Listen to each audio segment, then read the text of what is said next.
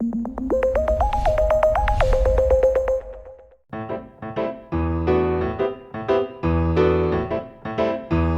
going to get a lot of packed information today on the things you should be doing right now. Let's just ask a quick question. How many people, this is your first season really growing, first full season growing here? Oh, over half the group. Good. This will help you. So, anytime you got a new garden, or you get a new couch, it takes you a year to maneuver it around to see where it kind of feels best. Well, gardens are the same way. It's playing with how to make it work, north, south, east, west, sun exposure, wind. So today I've got pretty much my list. These are things that I do in my own gardens that I kind of knock out. I finished most of them.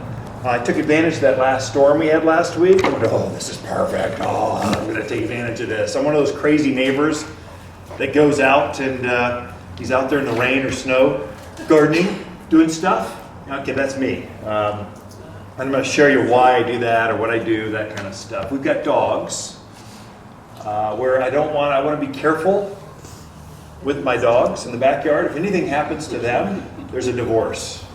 She's going to leave me for sure. So I want to make sure they're taken care of. And there's some advantages you can do doing some of this stuff when it's raining or getting that stuff in the ground, making a difference. Your birds, and of course, I don't want to hurt myself. So we no longer sell glyphosates at the garden center, Roundup. We found there's a way to do it organically. We try to go organic whenever possible, but first number one rule, it has to work first. Then we're going to go organic whenever possible. And then if we have to use a chemical, we're going to use the mildest thing that still works for that effect. That's just our mindset. That's how we train our staff. When you come to ask us for advice, that's the advice, that's the process you're going to get. And that sort of applies to today. You're going to see a lot of that. As two things I'm going to send you. This is the list I'm going to send it to you. This is what I'm going to go over. So if you're a note taker, and you miss a point, hold. This will be to you like by the end of the weekend. So give me a couple days and it'll be out to you.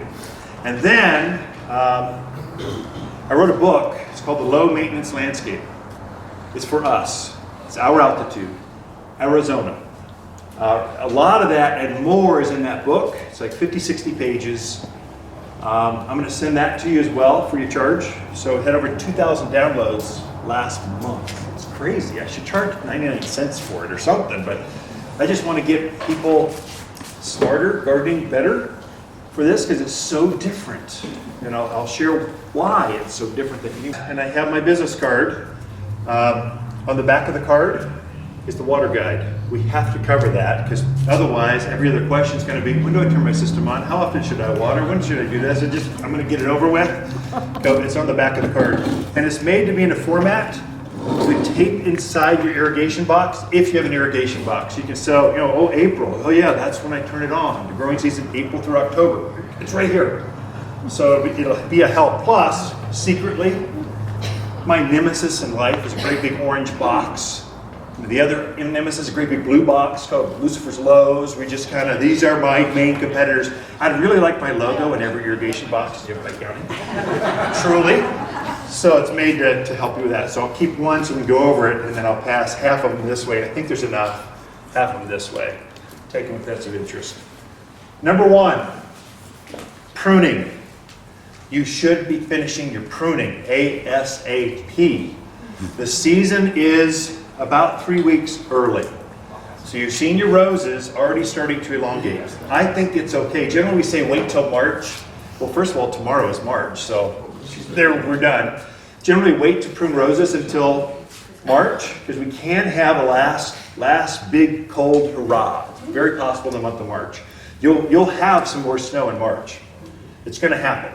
It'll be this bright, warm day. It'll snow. You have 3-4 inches, and then it'll melt the next day. It will be gone, just like that. That's the mountains of Arizona.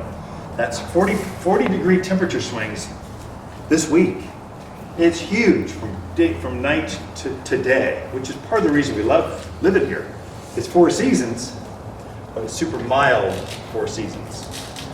And so you need to finish up pruning. Now, pruning everything except the spring bloomers. Do not prune lilacs. Do not prune forsythia. Do not prune rhododendrons, azaleas, All these things that bloom early spring, quince, I can just go down the list over and over. Camellias, just over and over. Don't wait to prune those things until after they're done blooming. You'll notice your neighborhood, those lilacs, they had the gardeners come in, they shaved everything because the crew is here and they're not going to come back for another quarter. You get one shot at this, prune them back now. And all the flowers are coming off the side, none on the top, or they don't bloom at all. So all the buds have been forming since last fall. If you prune back those plants that bloom in the spring, you're pruning off the flowers. And you planted that thing, I'm assuming, because you wanted the flowers, the fragrance, or something about that. And so prune those things right after they're done blooming. That's kind of... Spirea. Spirea is more of a summer bloomer, I would say. Crepe myrtles, Rosa Sharon, Spireas, viburnums. I'd say you could, desert willows, all those things, go ahead and prune. Things that bloom in the summer, Russian sage, autumn sage, all those things that bloom in the summer, prune them. Butcher a butterfly bush, if you don't cut those things back, I mean, small dogs, children, they've been lost in butterfly bush. I mean, they're huge. You gotta keep them back. Chokecherry, prune. Okay, that's a borderline one. I would just cut it back because I'm a man. I bought new pruners and I want to use them as much as I can. I mean, I'm going to probably use it. I probably should cut it back now. So if in doubt, I mean, there's no way I could sit here and go over every plant that's in every one of your yards. It's just not, I don't want to take that much time. That's when I take a picture, bring it in, and just say, hey, what is this? And should I prune it back now? But you have until the end of March to get done with your pruning. And the season's a little early yet, so really you should have an urgency to get it done. Generally, we're doing most of our pruning, fruit trees, all that stuff. Generally, we're pruning from the new year through March. It's a very large window. But we're bumping up against the end because the season, I think, is early. When you're done pruning, kind of get all that cleaned up, take all those perennials right back to the ground. I cut mine back with a lawnmower. I mean, I am brutal. Just done. I'm out of here. Let's go. I'm going to go golf or whatever. I'm going to hike. I'm going to mountain bike. What I found was the mums are already growing. Asters already growing. Gopher plant already growing. There's a lot of perennials already growing. And if you cut that back, it'll open them up to sunlight and they will grow even better, stronger, faster for you. Your roses, everyone's freaking out because the roses are growing right now. It's okay. You want to prune a rose when they are actively growing. So you get better cane growth. You get best flowers on roses on new canes. So you kind of want to get rid of some of those old, spent, woody canes. I won't go into how to prune. That's not this class. Just giving you instructions to prune and get more instruction if you need to go deeper with that or you're not sure what to do with this peach tree or cherry or whatever, chokecherry. Get done with pruning. Number 2, weeds are going to go crazy. If you're not careful, you'll be overrun by dandelions are like this big. Tumbleweeds will be like this. I mean, horehound, goat head, the one with the little burr on it, is notorious. Foxtail is already up. That's that cute green grass you just want to nurture and grow. And then it has this gnarly burr that goes through your sock, through your ankle, wants to come out the other side. Dogs go to vets because you get up their nose, their eyes. Take a cat to the vet because you get one in their eye. They're dangerous if you got pets. And they're just a nuisance if they're in your backyard. They look pretty at first and then they turn into this nasty weed. Most of our weeds are annuals. They only come back by seed. If you know that about it, perennials come back from the root, so your perennials in your yard, they're hibernating underground and they'll start to come up fresh from the ground. Most of the grasses are perennials. But most of our Arizona mountain weeds, they are annuals. They come up, they throw seeds, and they shoot out seeds everywhere, and they're going to come back next year by those seed. So if you can prevent the seed from germinating, you can prevent 99% of all work in the yard. It's a game changer. I mean, there's 2 things I despise about gardening. It's weeding and watering. God allowed us to create computers to run irrigation, and He allowed us to create this weed and grass stopper to prevent weeds. You want to put this down twice a year, once now and once right before the summer rains come. Usually I'll put this down into June, first part of July. Usually about July 4th, we're getting the monsoon rains, and that's when your tumbleweeds come out. That's when the goat head really gets bad and they grow really fast. Right now it's all your cool season weeds are coming up. You need to get this down to prevent the seed. This does not affect a weed. It only affects their seed. Doesn't affect rosemaries, doesn't get into apple trees, doesn't affect your roses. You can put it around your current landscape. Doesn't affect a plant that's already growing. What it does, it keeps the seed as it germinates that taproot. It doesn't allow the taproot to get established. So it prevents the weeds from ever getting established in your yard. So you can put it right around bushes? Right around bushes. I put it in my hand spreader and I just go, die. All weeds, die. That's just, you've got to be in the right mindset. So with that being said, I sell two types of weed and grass stopper. This one has been around forever. I sell pallets of this, probably truckloads. This is #1 seller. The better one, did we bring it up? Oh, we didn't. There's one other that's even better. I'll run and get them in. It's called Weed and Grass Beater, Weed Beater Ultra. What it is, it's $5 more for the bag, but it's twice as strong. That's the one I use myself. For my friends, you're gonna share the insider tip so you don't have to read all the chemical labels. I brought that one in because it's better. It just works longer. It's got like 5 or 6 more weeds that it affects, but really it's just twice as strong. So it's gonna last longer. It's gonna have more knockdown. I do my rock lawn. I mean, yes, they put the weed fabric down, and they shouldn't form weeds, but it gets all that dust and silt underneath the rock, and the weeds get in, they start to come up anyway. It's very frustrating. So I put it down there in my flower beds where I just don't want weeds, crabgrass where it comes up, along fence lines. I do those because they're just hard to weed in those areas. So I'm thinking in those terms. Questions on weed and grass stopper? So with current crabgrass, You're gonna get that out. The current crabgrass, this is not going to work on. You're going to have to pull it out by hand probably because that gets in those junipers. It just gets everywhere. Luckily, it's not quite growing aggressively right now. That's more of a summer thing. Once the summer grows, it grows like this much a day. You got to really get on it. Yes. Is it safe if like kids are playing in the backyard? And Excellent question. So, how safe is it? Those of you on Facebook, what I do for myself in the front yard, I just swing it around. I don't care because it's not fenced. It's just out there. In the backyard, that's where I go through and I'll water it in, or I'll do it in a rainstorm, or right before a storm comes. That's when I'll do that, just to get it in the ground. Thank you, Ken. I appreciate that very much. Oh, perfect. Yeah. So these two are the same thing. The active ingredients are the same.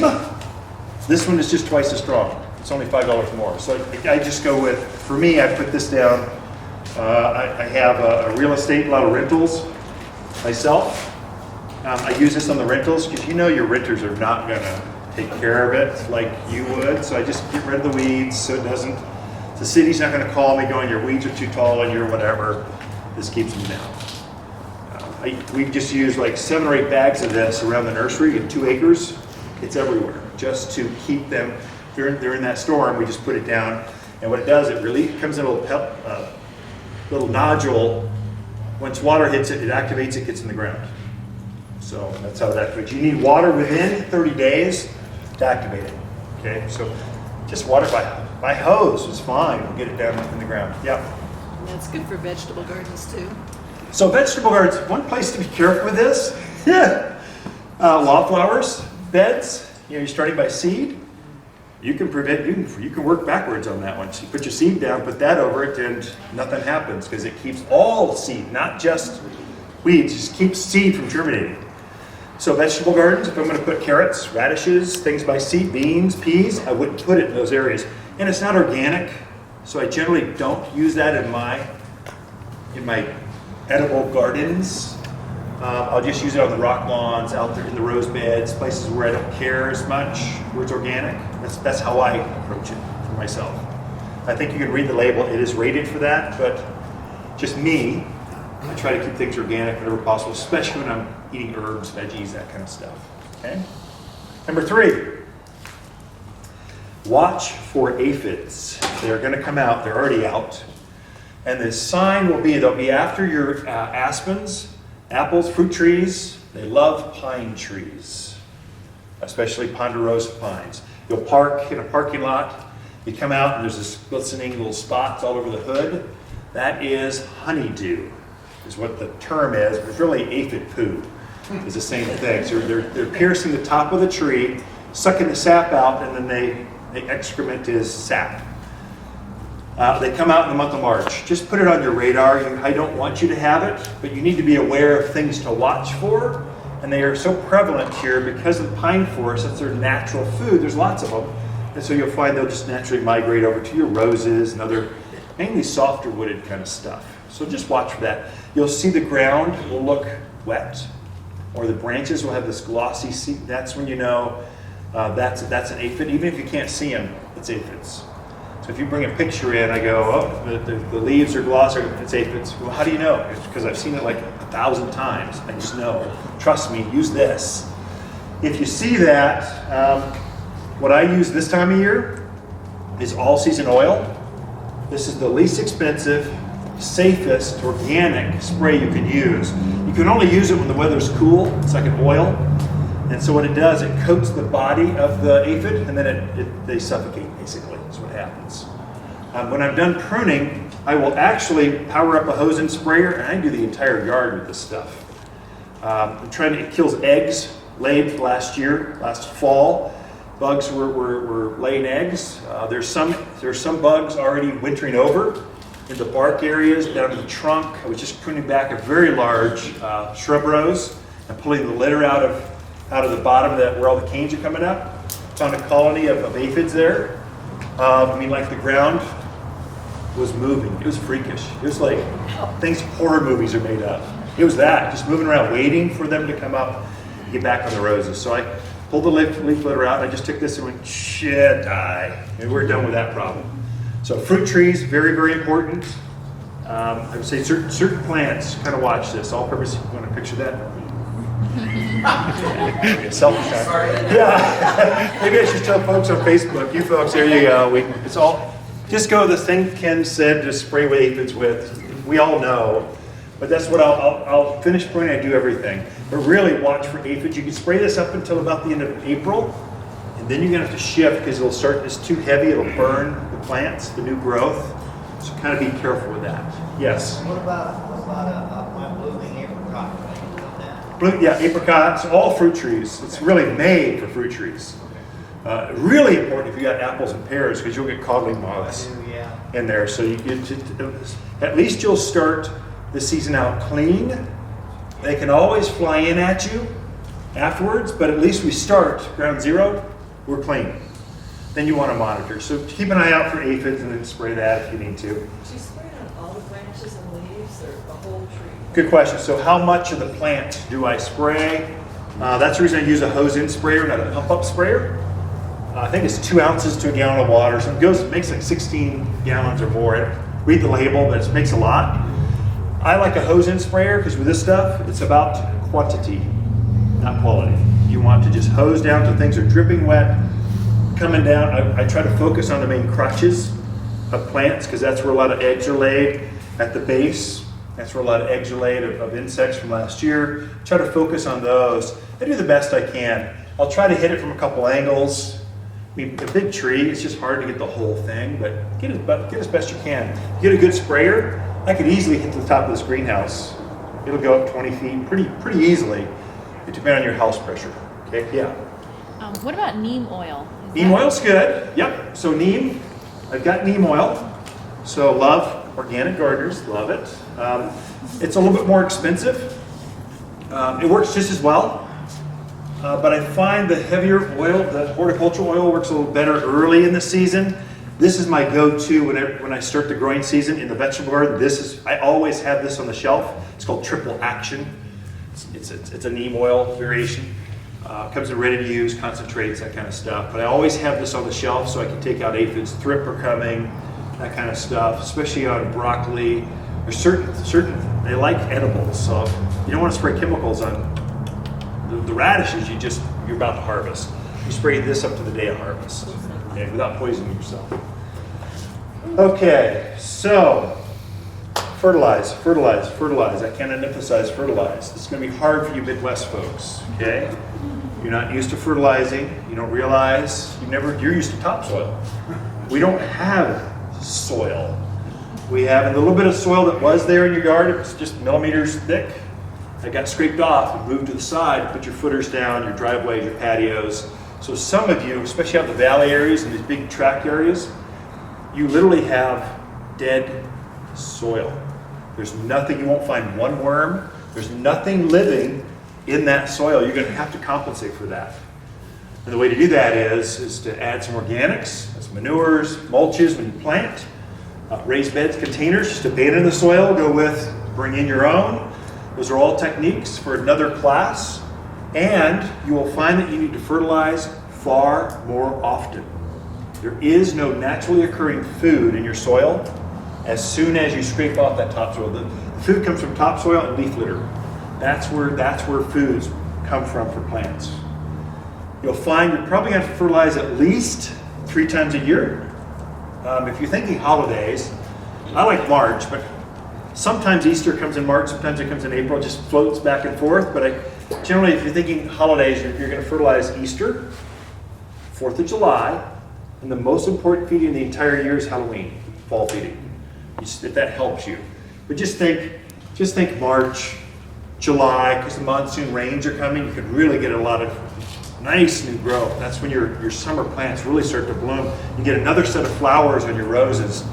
And then fall, they're using all that food right from last fall, they're using that food to grow the spring. So all that food will be used up. As soon as they flush new growth, it's all used up. You want to replenish it, and that's why you want to put it on in the spring. Fertilize now. What to fertilize with? I make 2 fertilizers. Again, we're trying to shift the community. I'm going to have 35,000 customers go through here this year. I have an influence on the community, the whole county.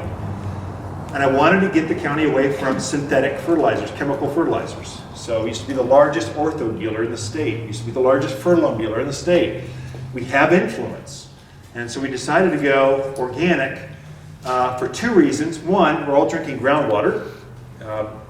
So see these chemicals, they're liquid, they become activated by water, so they release really fast. A monsoon rain comes, it flushes downstream, and some of it actually comes back into the watershed. I didn't want to do that, so I'm drinking. If you've lived on a ranch, like we grew up in Skull Valley, that's where our family's from, we all drink groundwater. That was it. It was this great well, 35 gallons. It's 95 gallons a minute. You all have wells. That's like ginormous, an ag well. It's huge, okay? 3-inch pipes, spraying acres. I don't want to use synthetic fertilizers there. So I made this food probably 15 years ago or more. It's been so long I've forgotten. The main ingredient in this is called all-purpose plant food, 744, all-purpose plant food. It's a granulized fertilizer. The main ingredient is cottonseed meal. Cottonseed is a good nitrogen source, and it makes the ground more acidic, brings the pH down. That, and our pH naturally, your water is very high in pH. So if you're from the East Coast, their water, their soil is very acidic. They're always trying to raise the pH continually. If you've had a hot tub or a pool, you're always checking the pH to make sure if it gets too high or too low, you get in the hot tub and it feels like your skin is going to crawl off when you get out of the water. That your plants feel the same way with their roots. When that soil gets too high or too low, the bark just wants to strip right off of the roots. They just get irritated. So you want to keep that pH more neutral. Neutral is considered 6 to 7. It's generally a neutral pH. You'll never get there with our water. Your water coming from the city or your well is coming in at 7.5, 8. I've seen 9.2. I've farmed in 9.3. Chino Valley, the well was so bad in the greenhouses, we had to actually have acid injectors to make the water more neutral so the plants would grow. This, we've bumped it up with a lot of iron and sulfur. Sulfur brings the pH down. So this is one that's, put it on now. The next question is going to come up with, which one do I do first? Do I do this one or this one? Do I put weed? Can I do them at the same time? It doesn't matter. Well, you got the hand spreader out. Just sling them both and go for it. The other beauty with organic foods, or more natural foods. I can't call this one organic because it's got minerals. The second you put iron and sulfur in it, it's not organic technically. But also the benefit with more natural foods is it breaks down very slowly over a long period of time. Just one food will fertilize those plants for the next 3 months. Whereas a synthetic, it's going to fertilize for 30 days max, and then it's going to be gone, leaving the plant starving. This actually feeds the soil. There's a lot of benefits with more natural stuff. I'm not going into that kind of detail for this class. This is a list class, so you just know what to do. But fertilize now. It's important. I also made the craze on edibles. The Victory Garden's back. I mean, the younger folks don't even know what a Victory Garden is, but they know what tainted jalapenos are from Mexico. They know that the lettuce can kill you. They know you can get sick from freshness is everything, and that's where companies like Chipotle's come online in a big way. This edible thing is a big deal. And families, it's getting families back, the younger generation, it's getting them into gardening in a big way. Fruit trees, I think it was up by 40%, just the fruit tree. We call fruit trees, all the fruit trees, brambles, berries, grapes, figs, pomegranate, all that stuff, all the edible plants, up 40% last year. That's a huge number. And people are wanting pure organic food. And so I created this one last year, or a couple of years ago. It's called fruit and vegetable food. Not very original, I know, but it's completely organic. It's made for different meals, bone meals, meat meals, completely organic. And it's pelletized. So organics are really complicated. You got to be like an expert to actually use them. But if you get it pre-blended and it's already mixed, it's really easy because now you can just spread it out. So it's made for our plants. You'll see this one's 6447. So I put an extra number on there just to let you know it's got 7% calcium in it. Calcium, we've got a real problem with plants like tomatoes, peppers, eggplants, squash, notorious for blossom end rot. Where the blossom touches the fruit, it'll start to rot off. That's always a calcium deficiency. If I know I'm going to make a fruit tree food for us, well, why wouldn't I help you by front loading some more calcium into the mix? And so that's where that 7 number comes from. Also increases the size of fruits, the flavor, the fragrance. For me, when I'm fertilizing, I'm pretty much going to use whatever bag is open because I've already owned all of them. If I can't sell it, I'm going to probably use that one up. So I use it, this can be an all-purpose food. You can use it around everything too.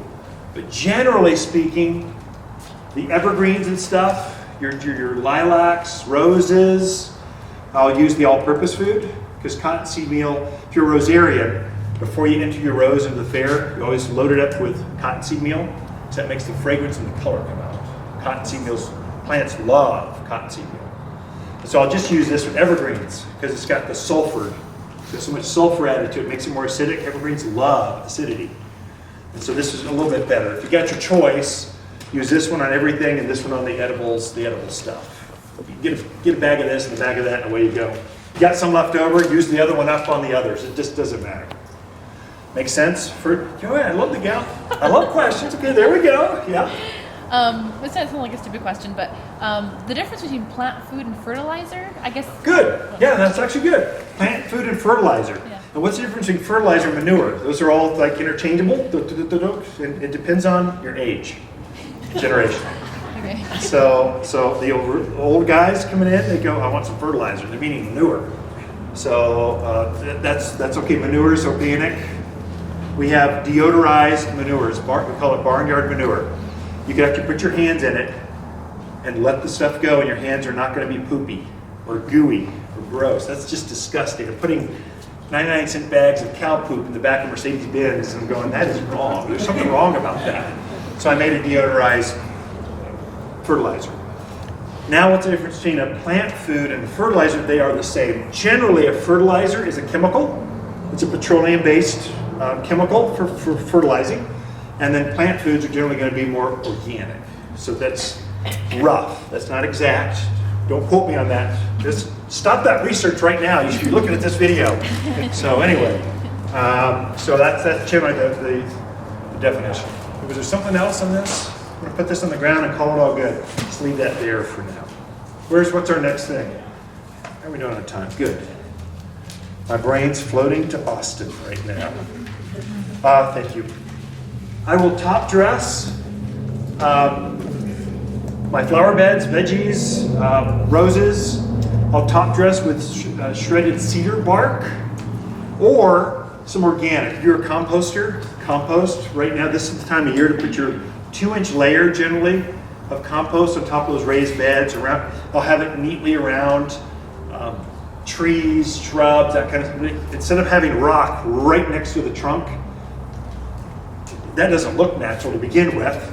But if you have a little layer of organic matter around that trunk, it helps do two things. One, it keeps the weeds down, monitors the moisture, helps the worms, birds, you'll see pecking around in there. But mainly this time of year, I'm top dressing to keep the ground from heating.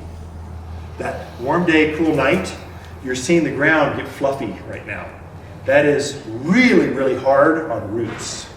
So as the plants start to root, as they start to flower, they start to leaf, which they're starting right now, they're sending off new root hairs. What I don't want is the ground to heave while the new roots are coming off and it breaks off the roots.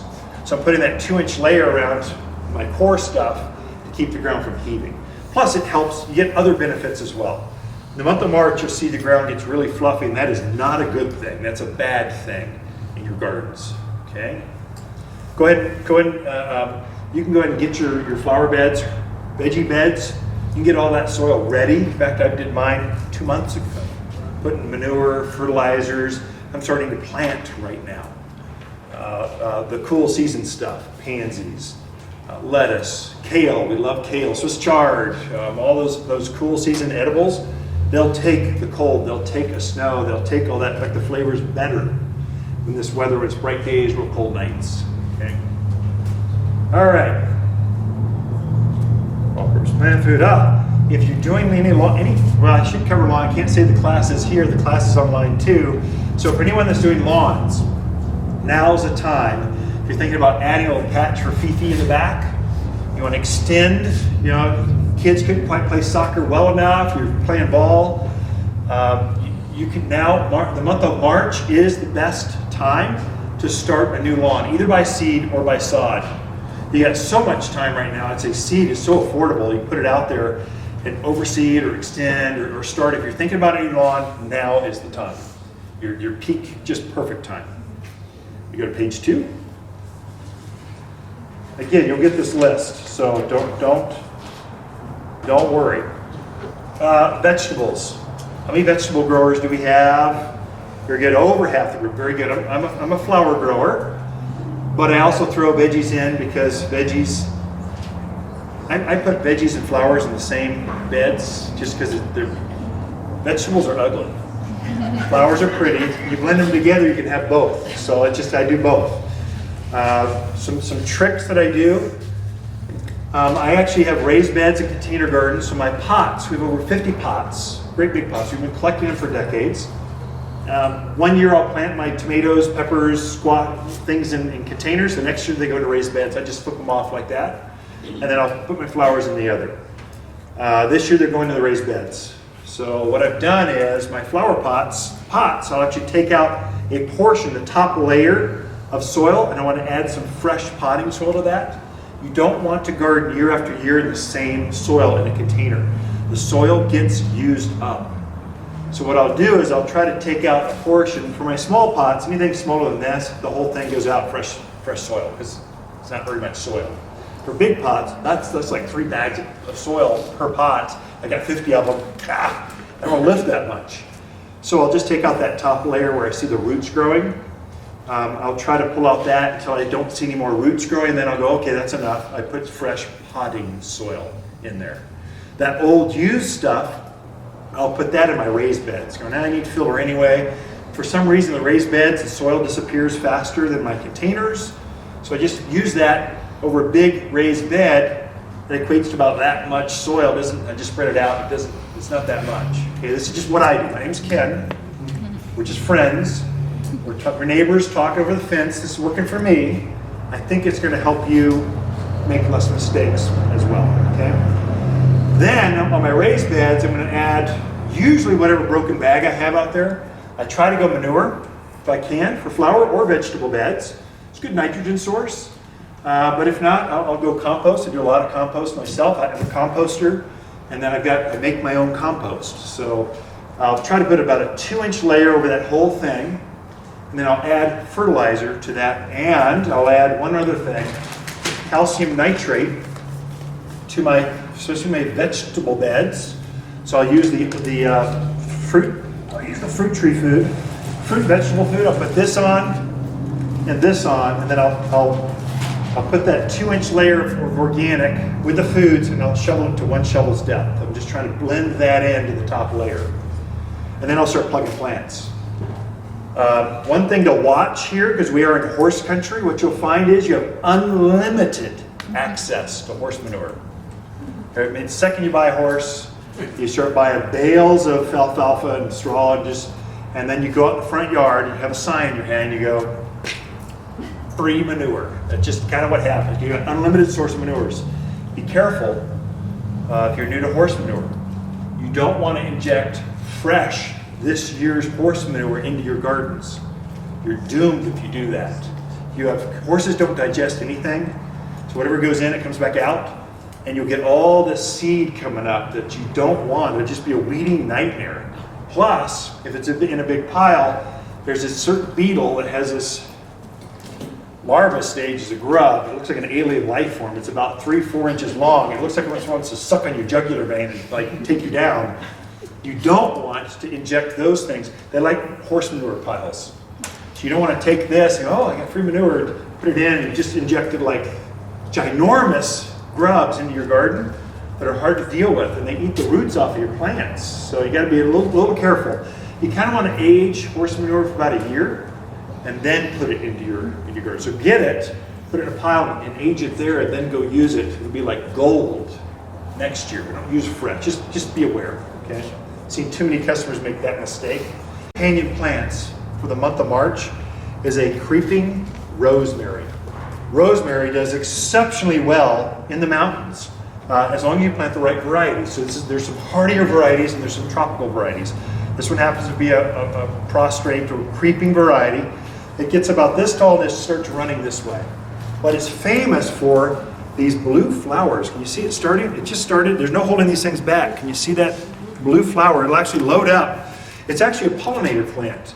So the bees are out and they're foraging. They're very hungry. They've been hibernating for 3 months now, and they're out hungry, and they've sent the male bees out going, go find us more pollen. And this is one of the guys that they really go after. Evergreen, this is what it looks like.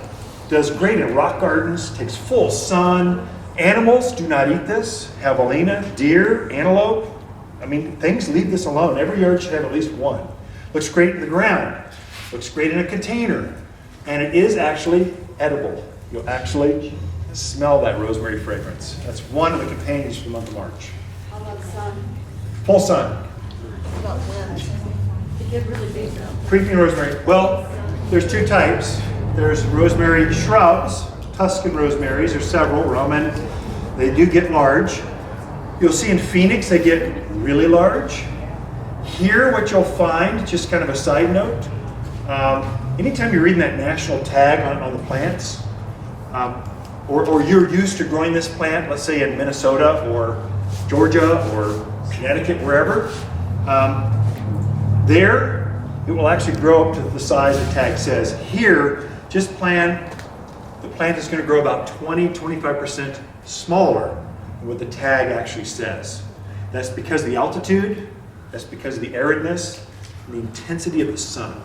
So they just don't get as big. So you'll find rosemaries don't get as large as they would in other parts of the country. But yeah, get the right variety. I sell 2 or 3, probably sell 6 different varieties of hardy rosemaries, from this tall down to creeping, down to just this tall, and it spreads.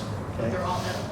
They're all edible. All rosemary, I can't tell the difference. I know you culinary folks, hardcore, you probably can go, oh, this fragrance isn't quite, I would only use this in this kind of pesto, whatever. But I just, first of all, I'm a man, I don't get it all. So secondly, they all kind of smell like a rosemary to me. So I go out and just pick them, whatever. I've got uprights, I've got ground covers. I just pick them up and go. Okay. One of the other companion plants that looks really good in the month of March, this is flowering heath. Heaths and heathers, they're both very similar. They're alpine, high altitude kinds of plants, and they're famous for being one of the very first plants to bloom in the spring of the year.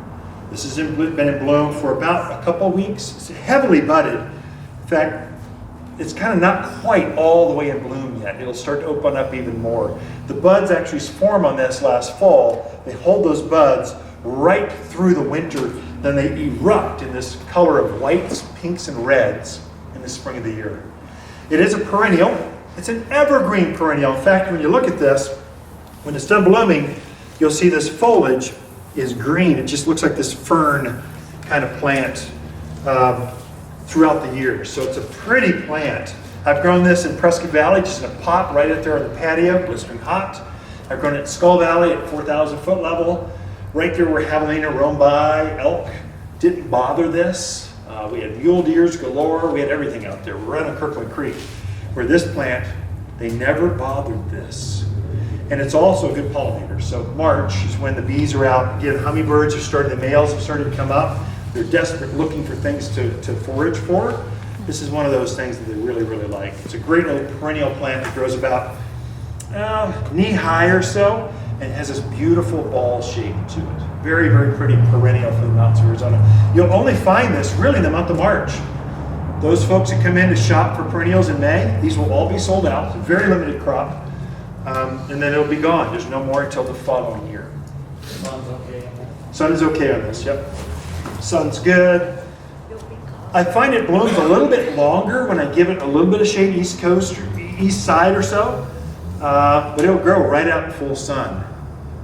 Either way. Okay. We have one that's in shade and it's about this tall and it's been that way for 10 years. So you didn't hear that. He's got one, he's had one for about 10 years. It's about this big, hasn't grown once, but it's more in the shade. Yes. It would probably, this might be the time to lift it, maybe shift it over to a container or someplace a little bit more sunny. My best heaths have been grown on the east side of my house, east side of a tree, east side, where it's got a lot of sun till about noon, 1 o'clock, and then it has some break. It just blooms so much longer and it grows better. But I've grown it right out there in Skull Valley. That's lower elevation. It was full sun right there. This thing got massive and it was stunning, just stunning. Beautiful plant. Okay. So when we pick a companion plants for the month of March, we try to get some color, some ground cover, some shrub, and a tree. We're trying to get, so you can put together a little garden and just know it's going to look good and grow well together. Companion plants should help each other and complement each other. This is one, every yard should have one of these. This is a forsythia. You take a look at this. So it's just starting to open. Another 2 weeks, this will be completely covered in yellow flowers. It always blooms before it puts on its foliage. And so this one's just about to open. This is called Magical Gold. They get up about, chest high or so. Kind of vase shaped, so it'll be about 5 foot by 3 or 4 foot, something like that. So it's a beautiful plant, easy to maintain. The fall color on this is a bright gold like this. So you kind of get spring bloom, nice green foliage in the summer, and great fall color. Even the trunk on this, the branches look pretty. It's got that yellow gold kind of color to it. Great plant, and animals do not eat this.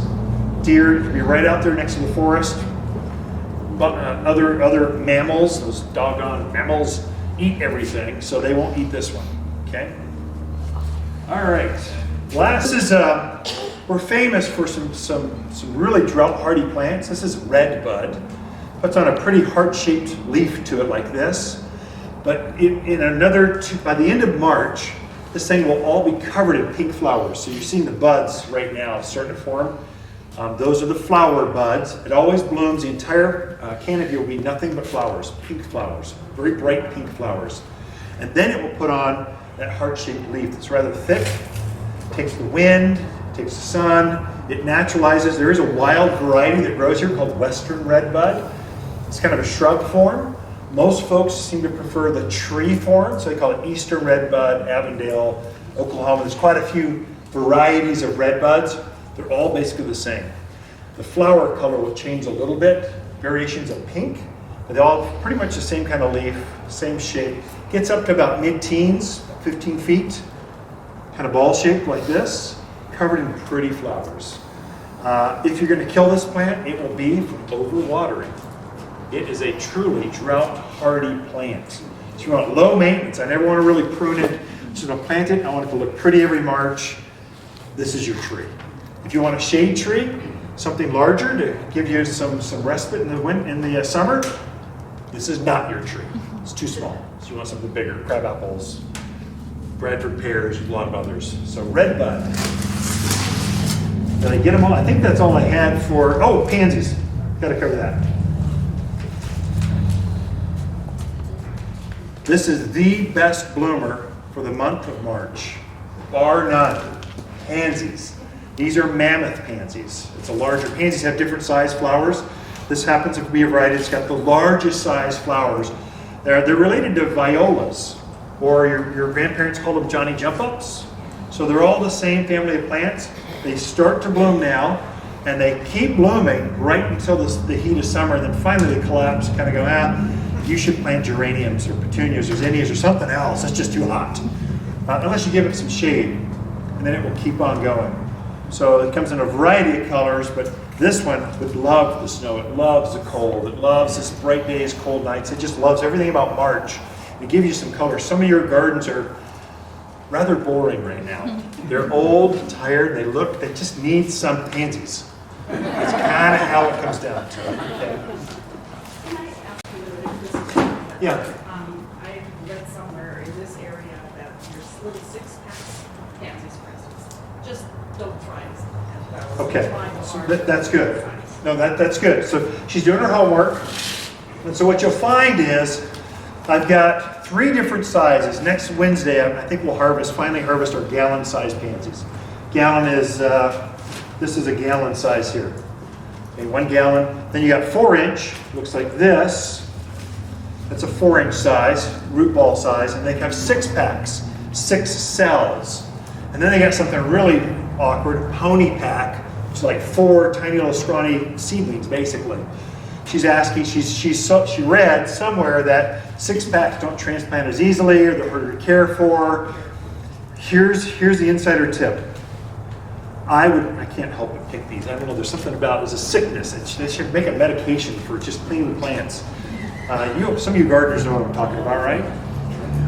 Here's what I do. What you're really planting is a root. You're not planting a plant. The larger the root, the hardier, the more success you're going to have, especially in a dry climate. So there is something to be said about where we got that from. The bigger the root. So for myself, I never plant a 6-pack of anything. It's just me. But I own a garden center, so I can say that. But really, it's all about success. It's actually worse if you own a garden center because you try more things. 4-inch I really like because it's an easy hole to dig. If I can, I try to find gallon size because you put this in the ground and it just plumps up. It starts growing immediately. A 6-pack you'll throw in the ground and it just looks at you for like a month. It almost mocks you. But I'm not going to grow. It's growing. It's just rooting. It just isn't putting top growth on yet. It needs to be, the root has to be a certain size before it starts to take off. And so that's the quick lesson on 6-packs. Our 6-packs you'll find, even our 6-packs. I do have 6-packs of pansies. You can buy them right now. I'll sell more of those than anything else. But even our 6-packs, we've forced to grow into a larger size. So not really like you'd find at a box store 6-pack. Each cell is like twice their size. So they're more expensive, but we're trying to up the root size so that you will have more success. Because we're known as a place where plants grow.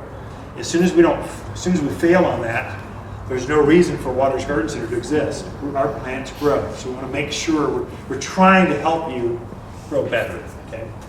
Maybe in a pot, 6-packs. Where I use 6-packs, if I ever use them, annuals, yeah. But if I have a pretty container, I just have a small spot. I'll just go, chuck them in here. And then if they live, I don't really care because I'm just chucking them in. But for the bulk of it, I'm going to go with a bigger, a larger root bulb. Okay, that goes for trees, shrubs, whatever. The bigger, we look at that on returns. The larger the root is, the less the returns are. So the small things, those are the things that are returned. Everything's warranty, guaranteed, all that stuff. You got to have that anymore. But the small things, if you even look at them wrong, they die. You overwater them, they die. Dry out, they die. If you go on that cruise to the Panama Canal, they're dead. So they just come back and they won't survive. The bigger ones, it takes a long time for that much soil to dry out on a big peach tree or maple or juniper. It takes a long time, so you're more robust. Makes sense? Question on that? I cover it, or Ken's all full of it? You got it? Okay. Where was I going now? You derailed me. Oh, let's go down the plant list. Here. This is not one of the companion plants of the week, but this is one that I like and I have a lot of them. This is anytime you hear carnation, dianthus, or pinks, any of those three names, they have different names. They're all the same plant. They're perennials. This one happens to be Waterloo Sunset, dianthus. Oh, Waterloo Sunset. I wonder why does that look like a Waterloo? I don't know. Smells good. This is an evergreen perennial. It mounds with this pretty blue foliage. And then it started to bloom about a month ago like this. And it will continue to bloom right through spring with this great plant. It's a great perennial for here. That, I use this in the front yard where I have javelina pretty heavily. The javelina seem to bother, they don't bother this particular plant. So rabbits won't bother it. You got those kind of pests. They'll tend to leave your dianthus, carnations, and pinks alone. Okay. This one just came in on Wednesday. Anyone know what that is? Poppy, oriental poppy. Very, very good. It's just loaded with buds, so all these flowers, the first one to open, it'll send up waves of poppies. It's related to California poppies, the orange one. But California poppies are just boring when you've seen this size poppy. Isn't that impressive? I found that the javelina and stuff seem to leave it alone. It's got a natural defense to it. You'll see all these fine hairs. I'll pass that around so you can kind of see it. So look at the hairs. This is for you. Pass that around and look at the hairs though. When animals eat that, those hairs get stuck in their throat. That's a defense the plant has actually come up with to keep animals from eating it. So plants are really brilliant sometimes. Okay, I brought this one. I brought these in. I insisted Michelle bring these in. I said, there are gardeners here. First of all, we're catering to the entire county. So Hillside, Baghdad, Skull Valley, Kirkland, they're all buying. They're full in right now. They're going Spring Valley, speaking out there in a couple weeks. They are full on gardening every bit of it right now. They're full on. So those folks who plant these things, no problem. You don't have to worry about the frost. This petunias will go down to the high 20s. If you're in the higher elevations of, let's say, Groom Creek, Highland Pines, and Ridgelines, this might be a bit early for you all to plant. But if you need some color, that sure looks good. What I brought these in for the Presbyterians that are here, some of you have a sickness. You really need to take a vacation or something. You love to take a plant, take it outside the garage, put it outside all day, have it enjoy the sun, and you bring it in every night. And so we're bringing in tomatoes next week just for you folks. Not that you should plant them yet, but for those that want to take it out every night, every day, and bring it back in. Plus, there's a bragging rights about, gardeners have this brag thing, like, I want to be at a garden party and say, I just picked my first tomato. It was so good. How are your tomatoes doing? So there's this competition amongst gardeners somewhat. So we'll try to bring a few. We should go over frost date just for you all, just because there's so many new folks here. Our last frost date, this is 100 years of data we've been tracking. The last frost date is May 8th, right here. Okay, Prescott Valley might be May 4th. I believe it is May 4th. A little bit further out, it might be the end of April. Lower elevations might be the end of April or so. If you're up at the higher ridge lines, it might be towards Memorial Day. The locals use Mother's Day as the last frost date. That's the date. You really don't want to plant summer plants until after Mother's Day. You can plant spring plants. Spring is just a couple weeks away. You can plant spring plants all day long, no problem. With spring plants, they like cold. They don't mind the snow. They can take a frost. Your summer plants like tomatoes, eggplants, zinnias, I mean, really, crepe myrtles. I mean, you're going to plant those now. I've got crepe myrtles, but they're not going to wake up. You'll swear they're dead. You'll call me going, my plant died. I just plant. It'll be May. My plant died. It's a summer plant. It doesn't want to wake up until it's hot out. Once the summer hits, man, that thing is a rock star. In June, July, and August. In spring, not so much. So you got to look at that. So Mother's Day is your last frost. Mark it. You can plant before that. Make sure you protect them. You folks with the greenhouse, that's just cheating. That's the only way around it, cheating. But, or you can have walls of water. I use walls of water around mine. I'll put a few things in and protecting these protective little TP looking things. Our first frost of the year is usually going to be about Halloween. October 29 is the exact day, but the locals use Halloween as the holiday to mark that. So your tomatoes are going to, your brandy wines, beef steaks, tomatoes are just huge.